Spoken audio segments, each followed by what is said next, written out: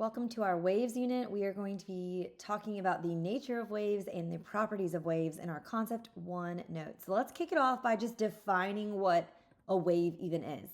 A wave is a rhythmic or repeating disturbance that transfers energy through matter or through space. And we'll see how we can categorize waves based on whether or not they require matter in order to transfer energy. Now, what's cool is they can do this. They can carry energy without also carrying matter. So while some have to go through matter in order to move that energy, they don't have to bring matter with them as they bring that energy, if that makes sense. So waves, we often categorize them as electromagnetic or as mechanical. An electromagnetic wave is a wave that's capable of transferring energy through a vacuum. So this is that type of wave, like I mentioned here, that can just go through space. It doesn't have to travel through matter in order to travel and carry that energy. An example of an electromagnetic wave is a light wave. Mechanical waves are waves that can only travel through a medium. A medium is matter through which a wave travels through. It can be solid, it can be liquid, or it can be gas. I remember this because mechanical, medium, matter, all those M's go together. So mechanical waves need matter. They need a medium to go through. They have to carry that energy from particle to particle to particle. Now, like I said on this previous slide, they don't have to bring particles with them as they travel because waves can just transfer that energy, but mechanical waves do have to go through particles. They do have to go through matter in order to transfer that energy. An example of a mechanical wave is a sound wave or a water wave, like in the ocean. This selfie is fun. It's an astronaut taking a selfie in outer space, and I love this because it reminds me that in outer space, which is a vacuum, selfies can be taken because light waves can travel through a vacuum. However, if this astronaut wanted to make a phone call, the sound would not go through because sound waves are a type of mechanical wave and they require matter, and that does not exist in a vacuum like outer space. Now, let's talk about ways we can further classify waves. One way that we can do that is by saying they are transverse or longitudinal. So a transverse wave is where matter in the medium moves back and forth at right angles to the direction that the wave is traveling. So if the wave is moving like this, then the matter in the medium is going like this. Okay, so they're perpendicular to each other and it results in a wave that kind of looks like this. How you would picture probably a wave in your mind. When you're picturing a wave, you're thinking of a transverse wave. So electromagnetic waves, or if you're playing guitar, any sort of string instrument, and you strum it, the way that that string is going to vibrate, it's going to be as a transverse wave. The other type is probably one you've never thought of, and this is a longitudinal, also known as a compressional wave. And this is where matter in the medium moves back and forth in the same direction that the wave is traveling. So it's more pictured like this, and I can show you this really clearly with a slinky, which I'll do in class. But this is where particle motion is parallel to wave motion. So sound waves, ultrasounds, again, waves that I can make with a slinky, they'll be pictured this way, and I'll show you that in class. When we're looking at waves, we want to be able to talk about them different ways. And so one of the ways that we can talk about them is we can make measurements, which we'll talk about in a second, or we can identify different parts of them. So in transverse waves, the two parts you need to be able to identify are the crest or the peak, which is the highest point of a transverse wave, and the trough, which is the lowest point of a transverse wave. This gray dotted line just represents the normal resting position of a wave. So if I took a jump rope in class, I could move it back and forth, and it could create a transverse wave. You would see that I would be moving it up and down, and then the wave would be traveling perpendicular to that and be moving forward. That's how it creates that transverse wave. And then when I would stop, it would rest at this resting position. The crest would be the highest points of my jump rope that I'm moving back and forth, and the trough would be the lowest points. Again, I can show you this a little bit more easily when we get in class together. Now, longitudinal waves or compressional waves have two different parts, and I'm picturing it two different ways here, so it's a little bit easier for you to see. They have the compression, which is where the particles get pushed together. We can see that here in this picture, but then also here in this one. This one's a little bit harder to see. You'll be able to see it when I show you with the slinky in real life. And then a rarefaction, which is where the particles get spread apart in a longitudinal wave. Now, I told you that sound waves are longitudinal waves, and that is true. But as you can see, it's kind of hard to tell the different parts of a wave apart when they're pictured longitudinally like this. So sometimes if you're looking at pictures of sound waves, and you'll see this in our discovery stations about sound we're going to do in a little bit, sound waves will be pictured as a transverse wave solely because it's easier to identify the different parts that way. But just know that they are longitudinal, and the actual different parts in a longitudinal wave are compressions and rarefactions. Okay, so like I said, we can identify different parts of the wave, but we can also measure the waves. And one thing we measure in waves is the amount of energy they carry, which makes sense because waves carry energy, and that is represented by the amplitude of the wave. And this looks different in the different types of waves. So in transverse waves, it's the height of the wave. So how high this crest gets or how low this trough gets would represent the amplitude in a transverse wave. Whereas in a longitudinal wave, it's going to be the amount of compression in the wave. So we're going to look at how much of this is here. How dense is that compression? The denser the compression, the greater the energy, the greater the amplitude. Whereas in a transverse, the higher the crest, the greater the energy, the greater the amplitude.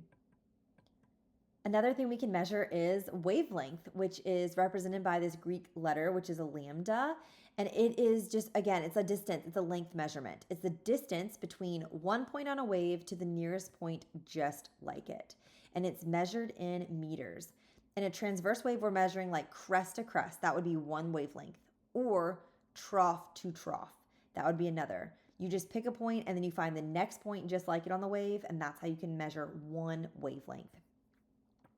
Similarly, in a longitudinal wave, you go compression to compression or rarefaction to rarefaction. So for looking at a compression to compression, if I'm measuring from the middle of this compression, I'm going to go to the middle of the next compression, or the middle of a rarefaction to the middle of the next rarefaction. That's how you would measure a wavelength. As you can see, again, it's a little trickier to see on a longitudinal wave, which is oftentimes why we're kind of only ever going to be doing this on a transverse wave, so it's easier to see. Two other things I want to mention that we measure on waves are period and frequency. So period is represented by a capital T, and is the amount of time it takes one wavelength to pass a point. And it's measured in seconds.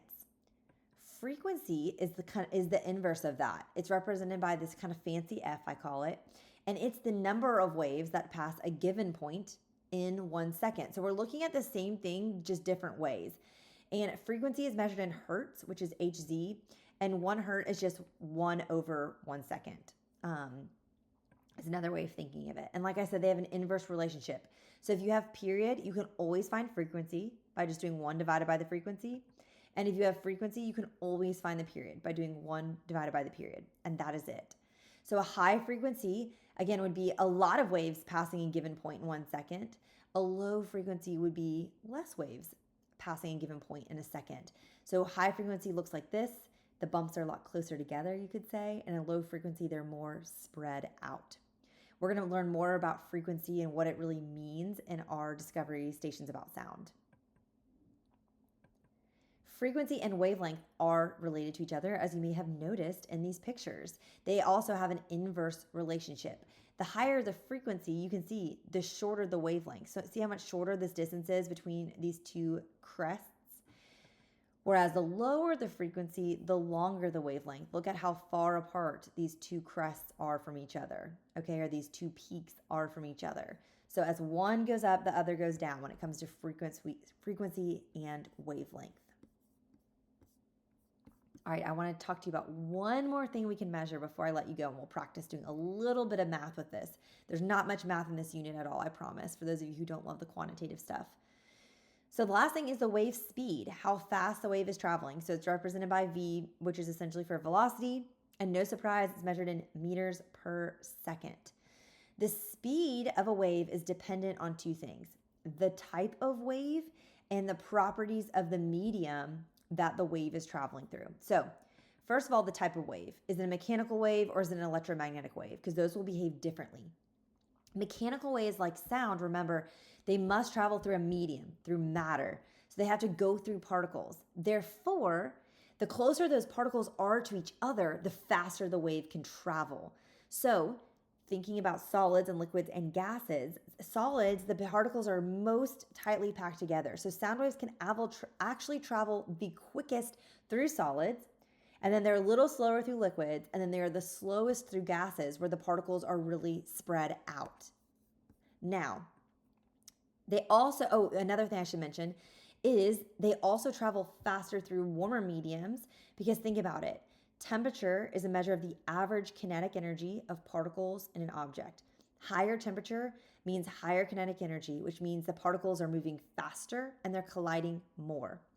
A lower temperature means the particles have a lower kinetic energy and they're moving slower, so they are not colliding as much. So, sound waves could travel faster through a warmer medium because the particles are colliding more than they could a colder or not as warm medium. Now, like I said, it depends on type of wave. So electromagnetic waves, all of this applies differently. Electromagnetic waves are like light, okay? Electromagnetic waves do not need a medium. So they actually travel faster if there's nothing in their way, no particles in their way. So they will actually be the fastest in a vacuum where there's absolutely no matter, there's no medium. And then a little slower in a gas, slower in a liquid, and the slowest through solids. So they have opposite patterns here based on the type of wave and what they require in order to transfer energy. Now, all of that said, let's do some really simple wave speed calculations. We know speed is distance divided by time, but when we're thinking about it in terms of waves, we write the equation like this. Velocity or wave speed equals the wavelength times the frequency. Because remember, the unit for frequency is hertz, which is 1 over a second. Okay? So we have our velocity measured in meters per second, we have our wavelength measured in meters, and then we have our frequency measured in hertz, which is 1 over a second. So you times a meter times 1 over a second, you get a meter per second. Okay, let's do an example. What is the speed of a wave with a wavelength of 2 meters and a frequency of 3 hertz? If you are in my class, remember we always do radar for our problem-solving technique. So first R, we read. That's what we just did. Next, we are going to analyze what do we know and what do we want to know. Well, this problem tells us we know that the wavelength is 2 meters and we know the frequency is 3 hertz. What do we want to know? Well, we want to know speed, which is going to be represented by V. Then we diagnose with an equation. Luckily in this unit, there are barely any equations to keep track of. So this is going to be the equation that we use. And now we draw a line because that's all of our prep work. Now we are ready to actually assess or solve the problem and plug it in. So speed equals wavelength times frequency. That's 2 times 3. And we get a speed of 6 meters per second. Last thing we do is we reflect and we say, hey, does this make sense? Now, for you, you're probably not familiar with wave speed, so it's hard to say, does that value make sense? But as we get into some things with light, especially if you're in my honors classes, and we're going to see how fast light moves and the varying sizes of light, we'll be reflecting on this a little bit more to make sure those numbers make sense. Okay, let's do one more example together before we do some practice. A wave is traveling at a speed of 12 meters per second and its wavelength is 3.0 meters. Calculate the wave's frequency and period. Okay, so first, what do we know? Speed is 12 meters per second. We know wavelength is 3.0 meters. And what are we looking for? We're looking for frequency and period. So knowing what I know, I'm going to have to use this equation and we're going to have to rearrange it to get frequency by itself. So remember, when we are rearranging an equation, if we want to get something isolated and all on its own, we need to do the opposite of what's being done to it, and we do that to both sides of the equation. So if I want to get frequency by itself, it's currently being multiplied by wavelength. So to get it by itself, I have to do the opposite of that, which is dividing by wavelength. So I'm going to divide by wavelength, and I have to do that at both sides so that I'm not just making up equations. Those will cancel out, and that leaves me with frequency equals velocity or speed over wavelength. Sorry, that's a little misaligned there. So that's how we're going to find frequency. And then for period, we just know we need to do 1 over frequency. So that'll be an easy one. Okay, that's our prep work. Now let's solve. Frequency equals speed over wavelength. So that's 12 over 3.0. I divide and I get 4.0 hertz. Draw a line. Now let's find period. Period is 1 over 4.0, which is the frequency I just found. I divide and I get 0.25 seconds for my period. Okay, now you're going to do a little bit of practice on your own, and then we will do even more practice in class. But that is concept one, wave, nature of waves, and the properties of waves.